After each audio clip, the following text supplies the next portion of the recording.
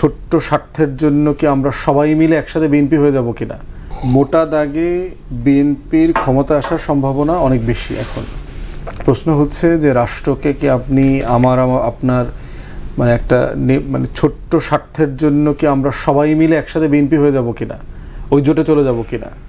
আমি বোধ করছি যে বিরোধী দল হওয়াটা বিএনপিকে চেক করবার জন্য, ক্ষমতার ভারসাম্য রক্ষা করবার জন্য বিরোধী দল গড়ে ওঠাটা এখন বাংলাদেশের জন্য সবচেয়ে বেশি গুরুত্বপূর্ণ। সমালোচনার জন্য তো একটা দল লাগবে। তো সেই জায়গাতে আপনার আওয়ামী লীগের অনুপস্থিতিতে বাংলাদেশে বিএনপিকে পার্লামেন্টে এবং পার্লামেন্টের বাইরে সিরিয়াসলি প্রশ্ন করা, সমালোচনা করবার জন্য, জবাবদিহিতার আওতায় আনার জন্য বিরোধী দলের উপস্থিতি এবং গ্রোথটা এখন সবচেয়ে বড় চ্যালেঞ্জিং ব্যাপার।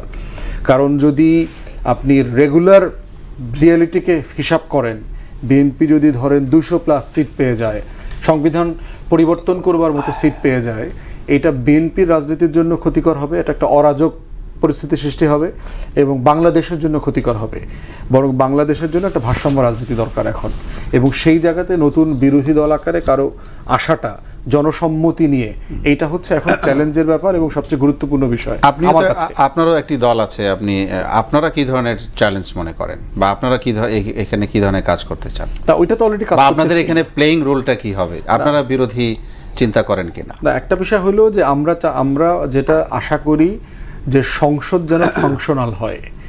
270-80 সিট নিয়ে যদি কোনো সংসদ হয়, কোনো দল ক্ষমতায় যায়, যুগপৎ আন্দোলনের সবাইকে নিয়ে 1-2টা সিট এমপি মন্ত্রী দিয়ে সরকার গঠন করে, সেটা দেশের জন্য শেষে গিয়ে ভালো হবে না, দলের জন্য ভালো হবে না। এই ধরনের সরকার গঠন প্রক্রিয়া আমরা শেখ মুজিবের সময় দেখেছি, হাসিনার সময় দেখেছি, এটা কারোর জন্য মঙ্গলজনক হয় নাই।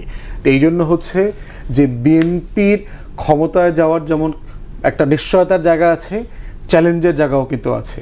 এইবার বিএনপি ক্ষমতায় গেলেও তরুণদের সাথে একটা ডিসকানেক্টেড রিলেশনশিপ কিন্তু বিএনপির আছে, আমরা যেটা এখন দেখতে পাচ্ছি। টোটাল লিডারশিপ থেকে শুরু করে তৃণমূলে বিএনপির সাপোর্ট বেস কিন্তু 40+-এর উপরে।